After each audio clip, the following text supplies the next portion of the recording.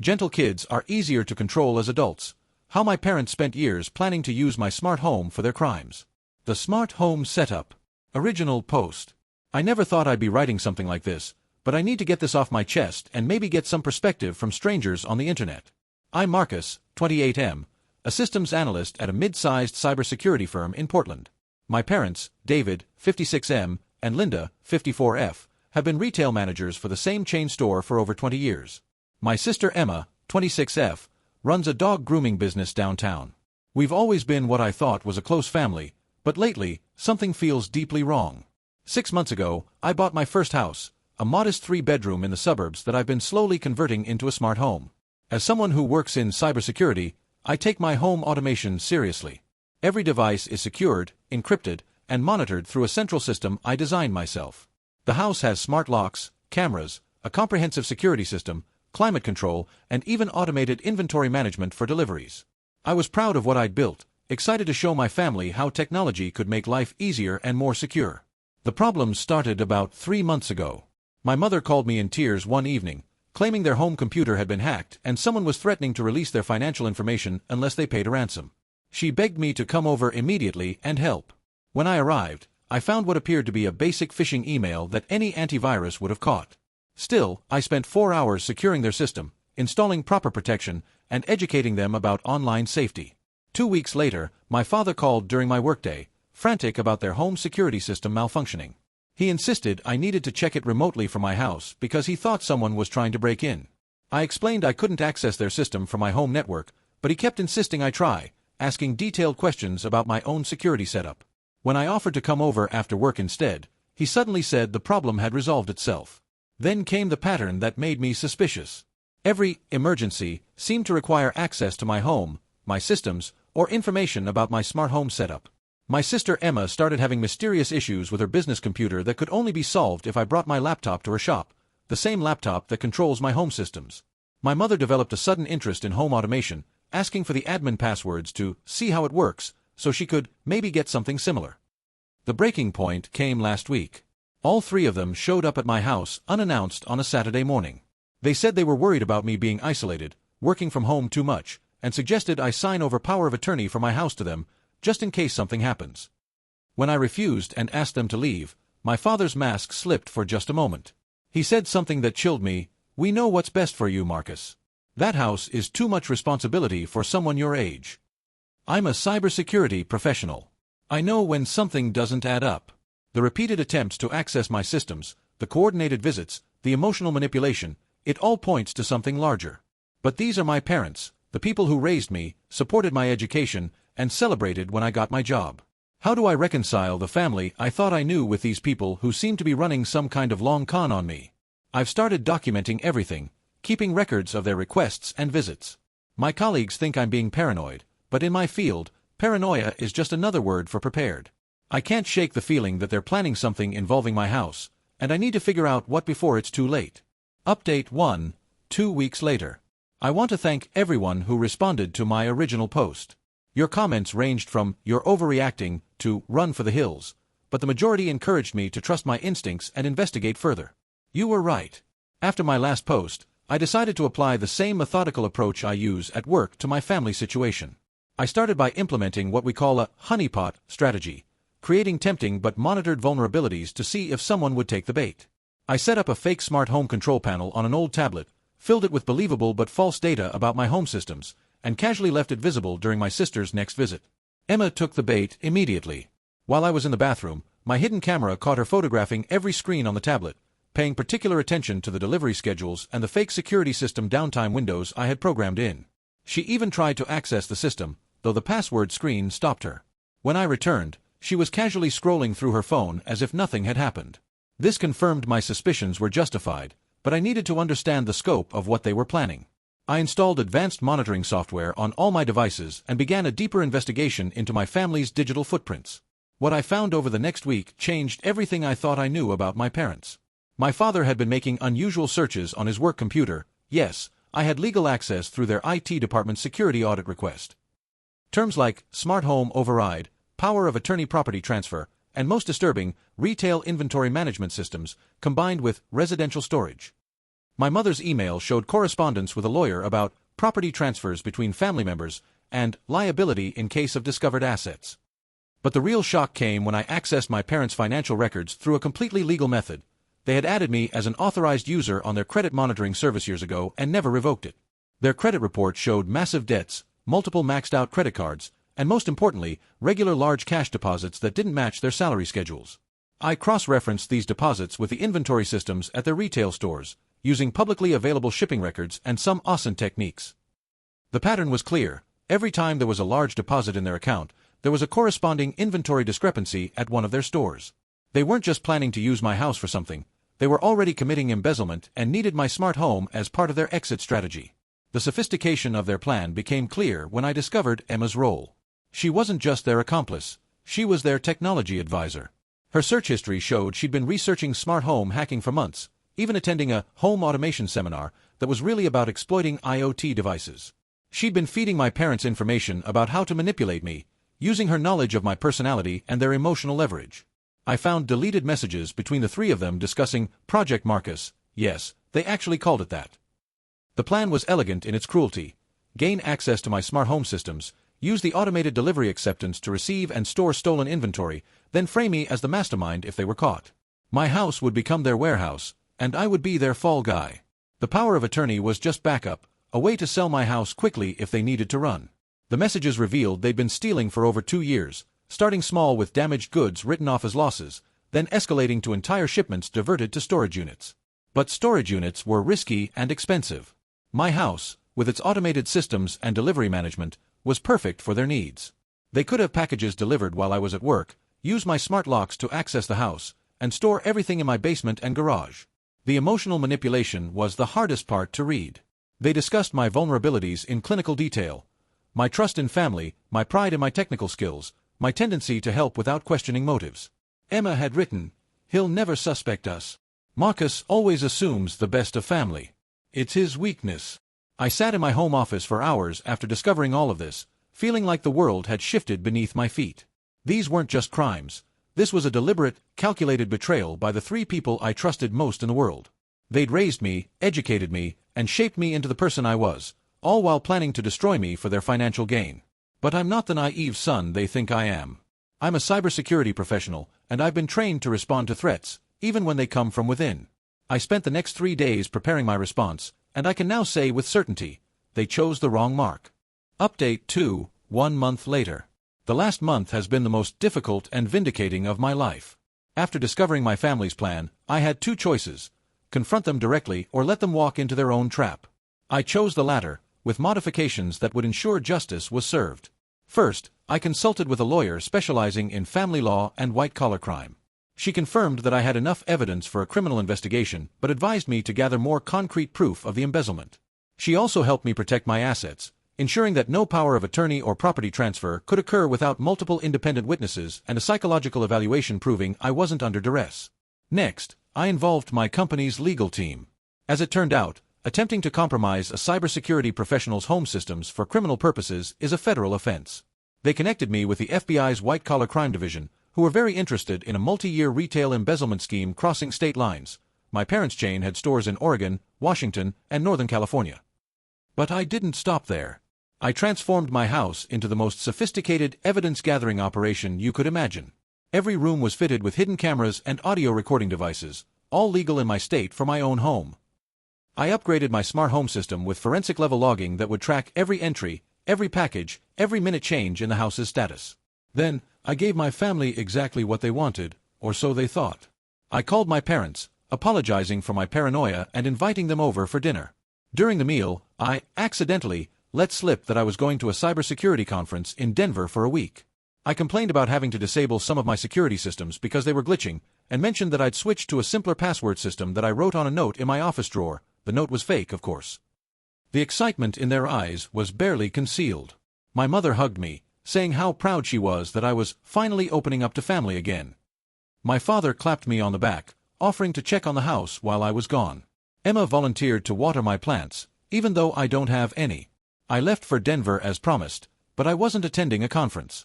I was in a hotel room 5 miles away with FBI agents, watching live feeds from my house and coordinating with law enforcement. They waited exactly 1 day before making their move. At 10:47 a.m. on Tuesday, my father's car pulled into my driveway. He used the fake password to access the smart lock. I'd programmed it to work just for this operation. Emma arrived 15 minutes later with a van, not her dog grooming van, but a rental.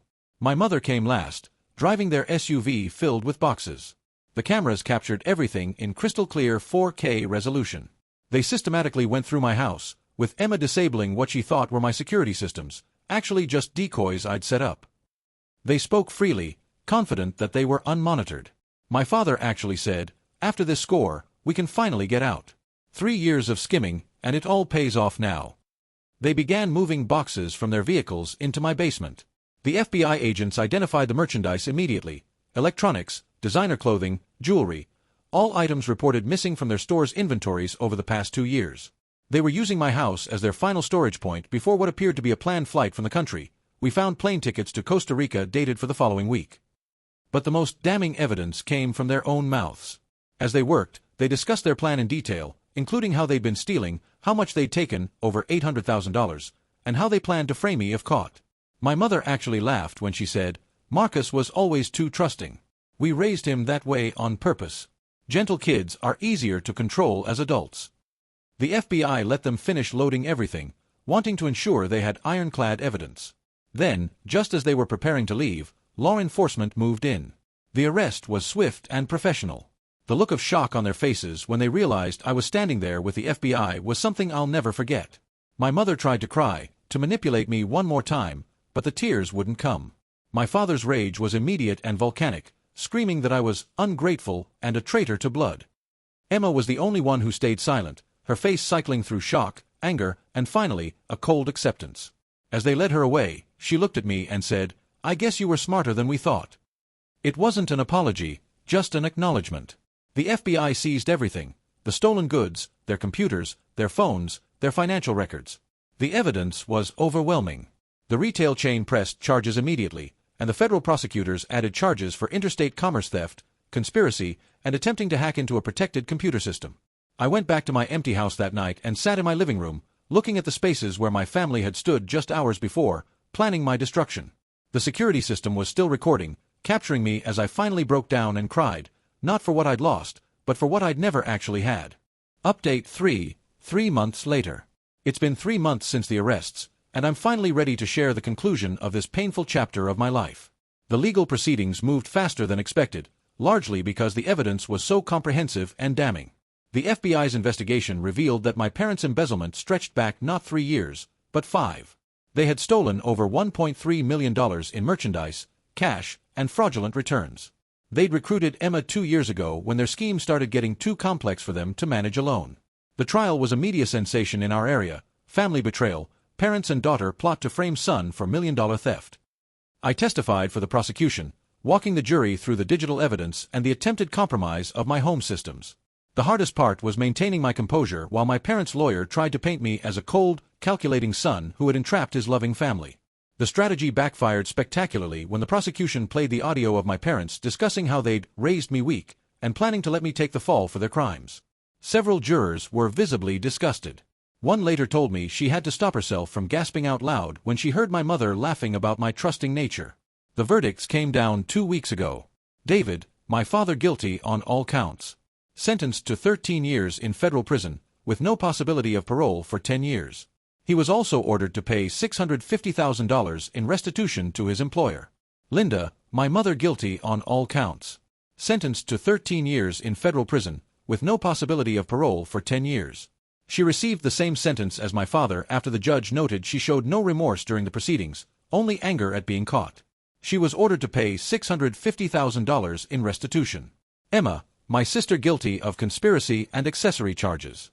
Sentenced to 5 years in federal prison with possibility of parole after 3 years. The judge noted her age and the fact that she was recruited by our parents as mitigating factors. Her dog grooming business was liquidated to pay the $200,000 restitution she owed. The retail chain also filed civil suits against all 3 of them, which will likely claim any assets they have left, including my childhood home. I've been told it will be sold at auction next month. The personal aftermath has been complex. Extended family members initially tried to pressure me to forgive and forget, saying that family doesn't do this to family. I responded by sending them the court transcripts where my parents detailed their plan to frame me for federal crimes. Most of them haven't spoken to me since, which I consider a blessing. Some relatives, however, reached out with support and their own stories. It turns out my parents had borrowed money from various family members over the years and never paid it back. They'd stolen from my grandparents before they passed. They'd manipulated cousins into bad investments. I wasn't their only victim, I was just their biggest target. Professionally, this experience has transformed my career. My company promoted me to senior security analyst, with a focus on insider threat detection.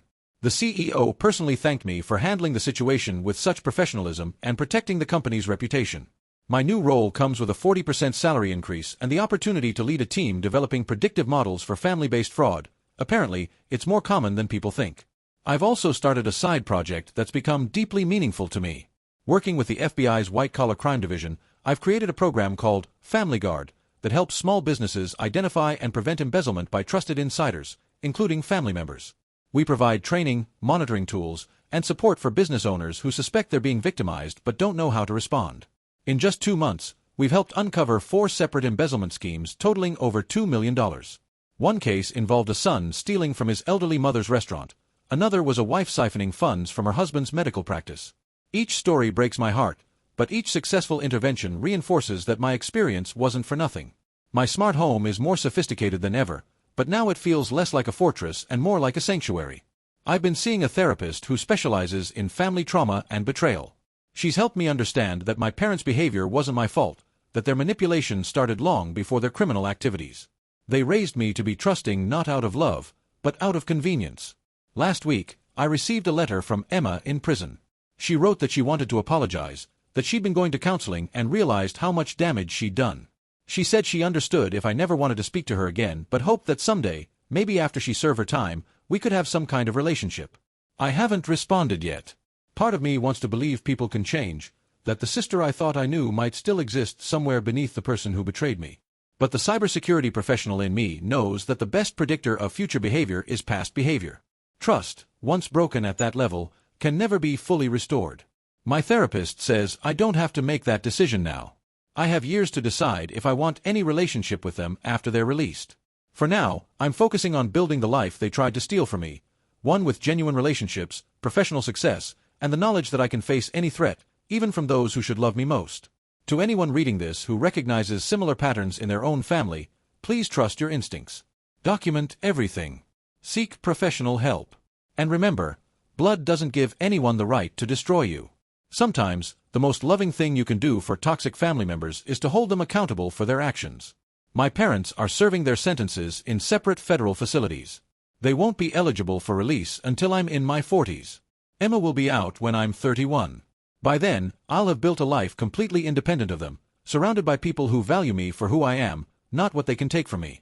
The house that was meant to be my prison has become my freedom. Every morning, I wake up in the home I protected, look at my security monitors showing peaceful rooms, and remind myself that I chose justice over blood, truth over manipulation, and my future over their crimes. Some might say I lost my family. I say I finally saw them clearly.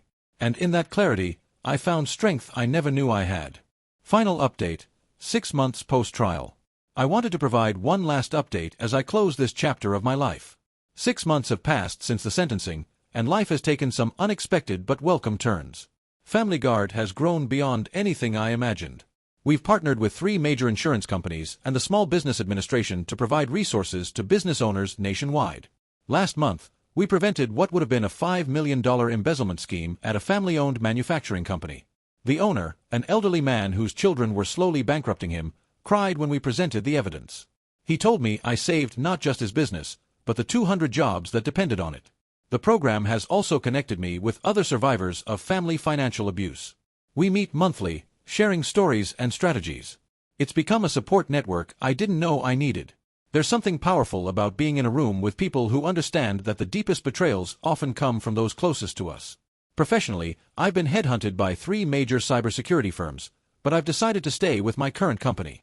They stood by me during the hardest time of my life, and that loyalty goes both ways. Plus, they've given me the freedom to develop Family Guard while maintaining my regular duties. The extended family situation has evolved interestingly. After my parents' assets were liquidated and the truth about their decades of manipulation came fully to light, several relatives reached out with apologies. My Aunt Sarah, my mother's sister, told me she'd suspected something was wrong for years but never had proof. She's become an unexpected source of support, sharing stories about my grandparents that my parents had hidden from me, stories of integrity, hard work, and genuine love. I learned that my grandfather, who died when I was 10, had actually left me a small inheritance that my parents had hidden.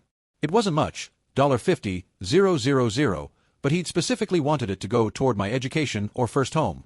My parents had forged documents to claim it themselves.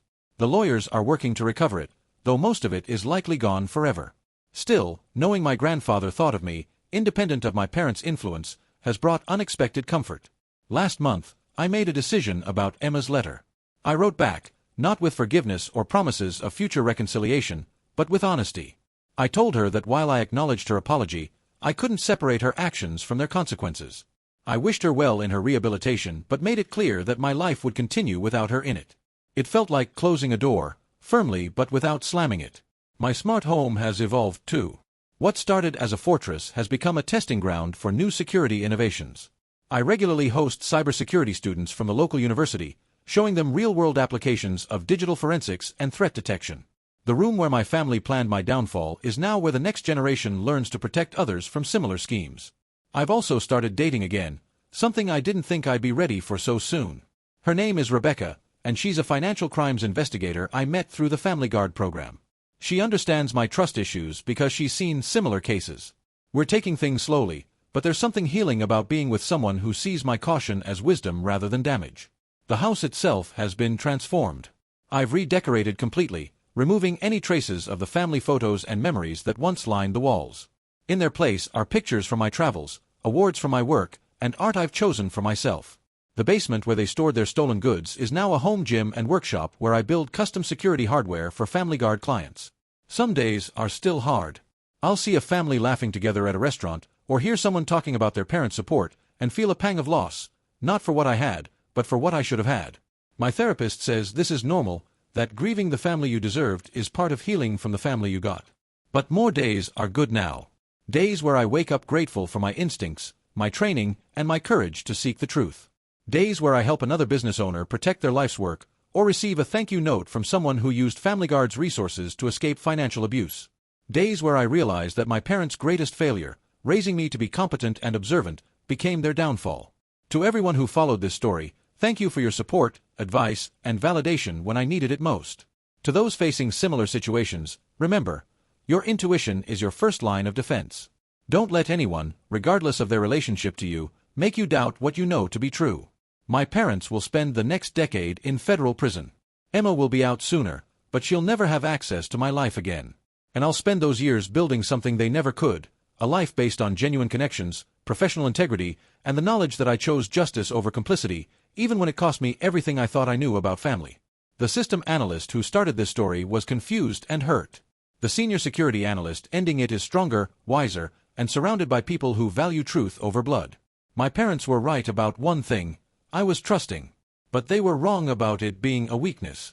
It took trust, in myself, in justice, in the truth, to stand up to them.